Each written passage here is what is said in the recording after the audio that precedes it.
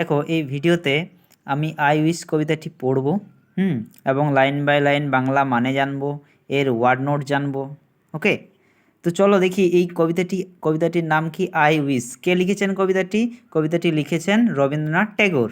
ওকে, তো যিনি লিখেছেন এত কষ্ট করে তাকে নিয়ে কি বলেছে দেখা যাক। অ্যাবাউট দ্য পোয়েট, পোয়েটের সম্পর্কে, যার জন্ম তারিখ দেওয়া আছে 7th May 1861 অ্যান্ড তিনি মারা গেছেন 7th August 1941। Was a great poet from Bengal. He was Asia's first Nobel laureate who won the Nobel prize in literature. তাহলে রবীন্দ্রনাথ ঠাকুর যিনি কি করেছেন, সাহিত্যে প্রথম আমাদের এশিয়ার নোবেল প্রাইজ পেয়েছেন 1913 সালে। তো তারই লেখা একটা কবিতা আই উইশ, আমি কামনা করি বা আমার ইচ্ছাগুলো, সেই কবিতাটা আমরা পড়বো। দেখি এই কবিতাতে টোটাল মনে রাখবে 4টা স্ট্যাঞ্জা রয়েছে। ওকে, 4 লাইন মিলে একটা স্ট্যাঞ্জা হয়। এই কবিতাতে টোটাল 4টা স্ট্যাঞ্জা রয়েছে। তাহলে টোটাল এই কবিতাতে লাইন সংখ্যা কতগুলো রয়েছে? টোটাল এই কবিতাতে লাইন সংখ্যা রয়েছে 16টি রয়েছে। ওকে, চলো লাইন বাই লাইন পড়বো, বাংলা মানে জানবো, এর ওয়ার্ড নোটগুলো জানবো। প্রথম লাইন কি বলছে? দ্য ফ্লাওয়ার থট, ফুলটি ভাবছিল, জাস্ট ইমাজিন দ্য ফান, ভেবে দেখো তো কতটা মজা হতো। If I could fly to any place under the sun, যদি আমি পারতাম উড়ে যেতে যে কোনো জায়গায়। Determined it spread its wing one day, আর একদিন ডিটারমাইন্ড মানে কি? দৃঢ় সংকল্প। এর বাংলা মানে কি? একদম দৃঢ় সংকল্প। দেখো এখানে ইংলিশ দেওয়া আছে, made a definite decision to do something, কিছু করার দৃঢ় সংকল্প।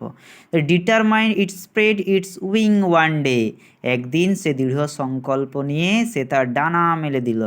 বিকাম আ বাটারফ্লাই, আর সে একটা প্রজাপতি হয়ে গেল। অ্যান্ড ফ্লাটার্ড অ্যাওয়ে, আর সে অনেক তাড়াতাড়ি উড়ে চলে গেল অনেক দূরে। ওকে, এই ছিল প্রথম স্ট্যাঞ্জার মানে। সেকেন্ড স্ট্যাঞ্জা কি বলছে? The lamp it wandered day after day, lamp মানে প্রদীপটি। ইট ওয়ান্ডার্ড মানে এটি ভাবতেছিল, ডে আফটার ডে দিনের পর দিন। How nice if I could simply fly away, যদি আমি উড়তে পারতাম এটা কতই না ভালো হতো। তার মানে প্রদীপটা তারও উড়ার ইচ্ছা যাচ্ছিল। Undaunted its very own wings it grew, undaunted means unaffected by difficulties. এর একটা অদম্য ইচ্ছা, আনডন্টেড মানে অদম্য ইচ্ছা। একদিন অদম্য ইচ্ছা নিয়ে এর ডানা গজালো, আর সে কী করলো? বিকাম এ ফায়ারফ্লাই মানে কি? জোনাকি। সে জোনাকি হয়ে কোথায় গেল? অনেক দূরে উড়ে চলে গেল। And flew it away. Okay, চলো নেক্সট স্ট্যাঞ্জা দেখি।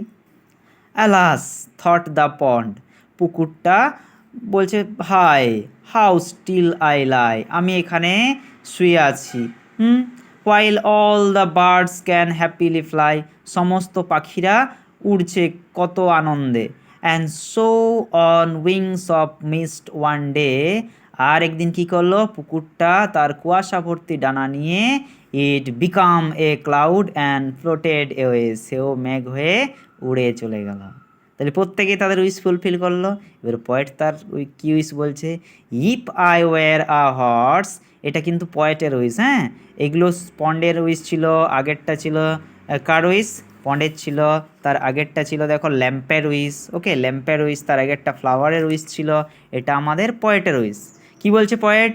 If I were a horse thought through fields I would gallop free, যদি আমি হতাম একটি ঘোড়া, থ্রু ফিল্ডস তাহলে আমি কী হতো? সারা মাঠ জুড়ে, আই উড গ্যালপ ফ্রি, খুব জোরে দ্রুত বেগে দৌড়ে বেড়াতাম সারা মাঠ জুড়ে। If I were a fish, না হলে যদি আমি একটা মাছ হতাম, আমি কি করতাম? I would swim in the sea, আমি সমুদ্রে সাঁতার কাটতাম। As a bird I would soar in the sky, আর যদি আমি পাখি হতাম তাহলে আকাশের অনেক উঁচুতে উড়ে যেতাম।